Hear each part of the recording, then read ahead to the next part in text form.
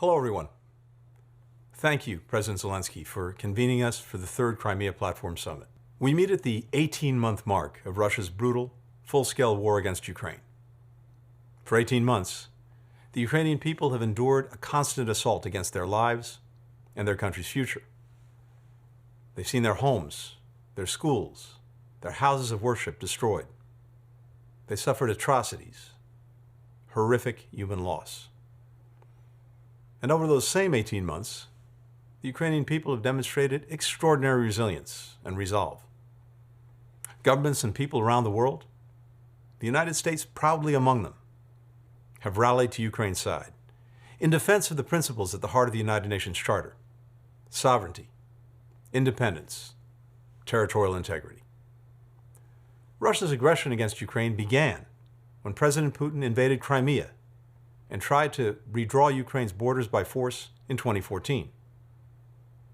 Russia militarized the peninsula, seized the parliament, orchestrated a sham referendum, the blueprint for its attempted annexations in eastern and southern Ukraine last year. And since then, the Kremlin has subjected Crimeans to a campaign of brutalization and repression.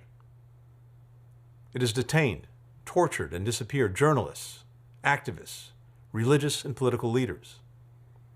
It's destroyed independent media outlets, wielded pro-Russia propaganda to turn neighbor against neighbor, and attempted to militarize Ukrainian children at Crimean so-called summer camps. Moscow continues to target Crimean Tatars, raiding mosques and homes, criminalizing peaceful groups, detaining civic activists in Russian prison colonies, conscripting young and old to fight their own homeland. Crimea is Ukraine. We will not recognize Russia's illegal attempted annexation. The international community will continue to work through the Crimea Platform to support the restoration of Ukrainian control over all its territory, including Crimea, to shine a spotlight on Russia's abuses in Crimea, to address the security risks and economic harm caused by Russia's invasion and occupation, to call for the release of all political prisoners held by Russia. That includes Crimean Tatar Deputy Mejlis head Nariman Jalal, sentenced to 17 years of hard labor after participating in the inaugural summit of the Crimea Platform. And we, together with countries around the world, will continue to work to bring about a just and lasting peace, one that upholds the principles at the heart of the UN Charter. Tomorrow is also, of course, Ukraine's Independence Day, a day of strength, of pride.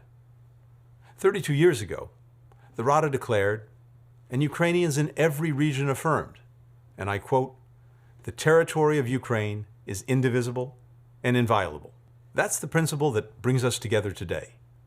And that's what we'll keep defending together. Thank you.